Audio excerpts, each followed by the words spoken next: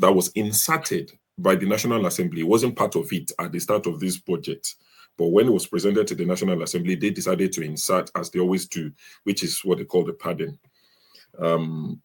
They are going to, so they've got 2,122 ICT projects, totaling 505.7 billion naira. So each project is going to be 238 million naira. Now, how do we track this sort of project, ICT project? That's very vague. 561 educational projects, total 179 billion naira. So each educational project is 320.7 million naira. And you see the state of our universities, our schools, and you wonder where this money is going. 319 health projects, totaling 420 billion naira.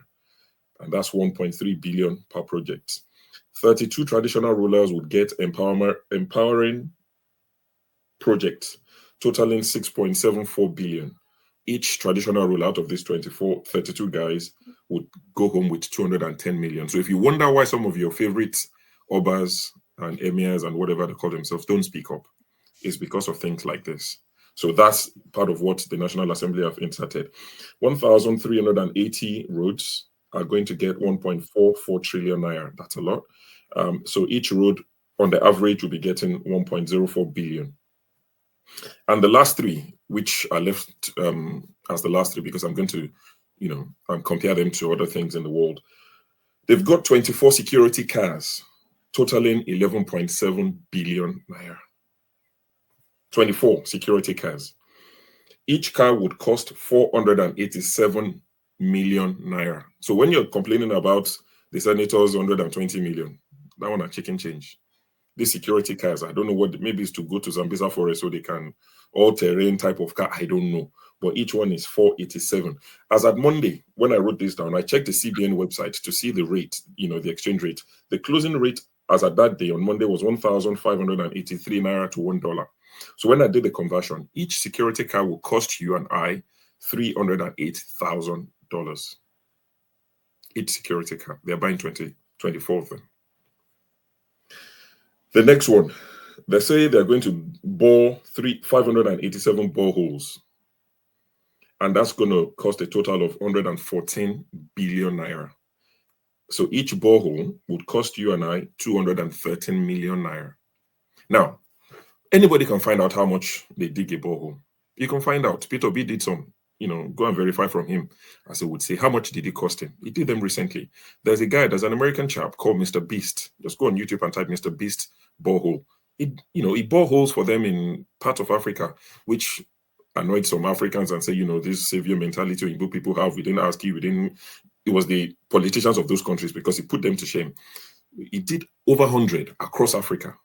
And it cost the guy, I think, about 18 million naira each. That was 2 years ago. And it's going to cost the Nigerians 213 million naira each. I did a check. Spoke to somebody in South Africa. How much does it cost you? They were telling me in rands. I did a rough conversion. In South Africa, it's under 10 million naira to dig one. In Nigeria, call people. There are videos on YouTube. Just type borehole in Nigeria. Just research. It's not going to cost you 20 million naira. Your senators, including the Labour Party ones that rode on the Peter Obi wave, the one driving Okada that we all celebrated. Can you imagine Obi is bringing people? And I'm not saying it's Obi's fault totally, but everybody that we trusted. And we said, PL, top to bottom. At least we know what to expect from the APC and the PDP guys. But look at the LP guys. Look at the other people, everybody, Abga, whoever, everybody's quiet. All these senators. Mr. Show, if you don't mind, one thing is to do borehole. Another thing is to also do the complete treatment plant and how you distribute the water to the local community so that everybody will not assemble in one place. Are you saying they just do the borehole or they do the borehole? Are they doing the boreholes at all? Are they even going to dig any hole, let alone transfer it to people's house? So it's going to cost you and I 230 million naira each. And this is not politics, because I'm not reading the comment section yet. I know some people would still find a way in their very dirty hearts to defend this. This is not politics. Regardless of who is doing this, Ireti Kingibe, all of them, or your favorite, we should be able to come together and say, on some instances, I can't defend you on this one. Oga, you've taken 213 million naira for one borehole. in a country that they keep telling us is poor. The minute you tell them, let's do free health, who is doing that these days? Even Europe is collapsing under the weight of free health. But they can take 230 million naira. They did the same last year. It's not a one-off. They did it in last year's budget. They are doing it again. So that's what is going to cost people. And they will tell us we're broke, we don't have money. Manage, tighten your belt, baby pain, small steps. You can't keep telling, even if your reforms are the best ever, the way you're living your own lives does not reflect the reality you're selling to us.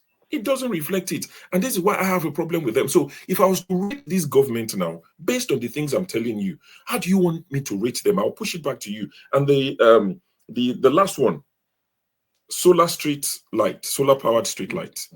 They want to install 1,477 solar street lights across Nigeria. And each one is going to cost 266 million naira. Total 393.29 billion. One solar powered street light, 266 million naira. I checked how much roughly does it cost the UK, because a lot of countries are going solar.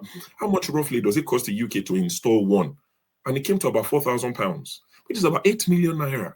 But your one, somewhere in Nigeria, that won't even be installed, is going to cost you 266 million as against 8 million. Call the one in the UK, call it 20, call it 50. They are charging you and I 266. And now, I now put it back to you, Rudolf. What should I rate this sort of government? How do you want me to rate them? Forget what they are saying. What they are doing is the most important. All these senators, they should be coming back and people should be beating them. As soon as they touch down in their whatever they constitute, they should be beaten. How can you be robbing the people blind in the midst of little? If we had abundance and we didn't know how to spend it, as someone infamously said, it's a different conversation. But you're telling us we're poor, we don't have money, we need to manage. Does this look like a government that is managing? And it's not today that it started. It's been going on for a very long time. Nobody's exempt. So they upgraded our credit rating. Sure, you have to rate them. You have to try and be courageous and rate them. Sure. I'll rate them. So in terms of your credit rating, see, loan sharks, it's not just Nigeria that all these LAPO and all these people exist. They exist in America, I like to believe. There are some loan companies in the UK. When I first came here, they would give you loan. You don't have to even have any credit or anything. Once you're here for 3 months, but the interest is 89%. 89% they will give you, and the minute you pay it off, they would be writing you.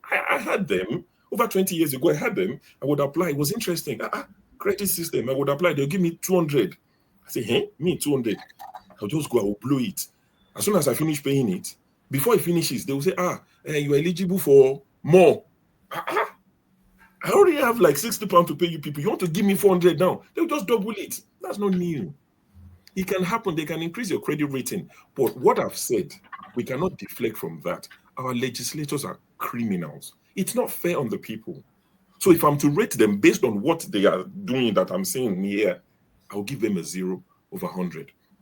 One person or two people that I can exempt is Olubunmi Tunjiojo, immigration, based on personal experience. Not one-on-one, I don't know him, but the Nigerian High Commission in London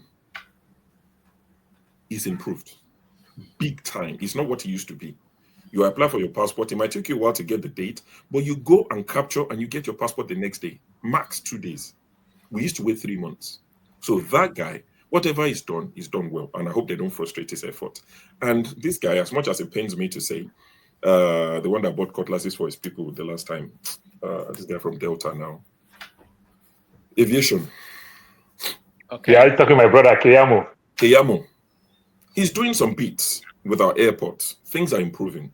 The experience is slightly better. You know, the Abuja airports, they have the, they are reducing the human interaction in terms of coming in, going out, which is great. And they are bringing it to Lagos as well. So it's good to see that these guys are trying. At least he stepped up when Alan Oyema was being bullied by the UK government aviation, when they wanted to restrict them to Gatwick. He stepped up. So it's not all bad. When I see things that I believe are positive, I would say it. And people might say that's their job. I'm not praising them.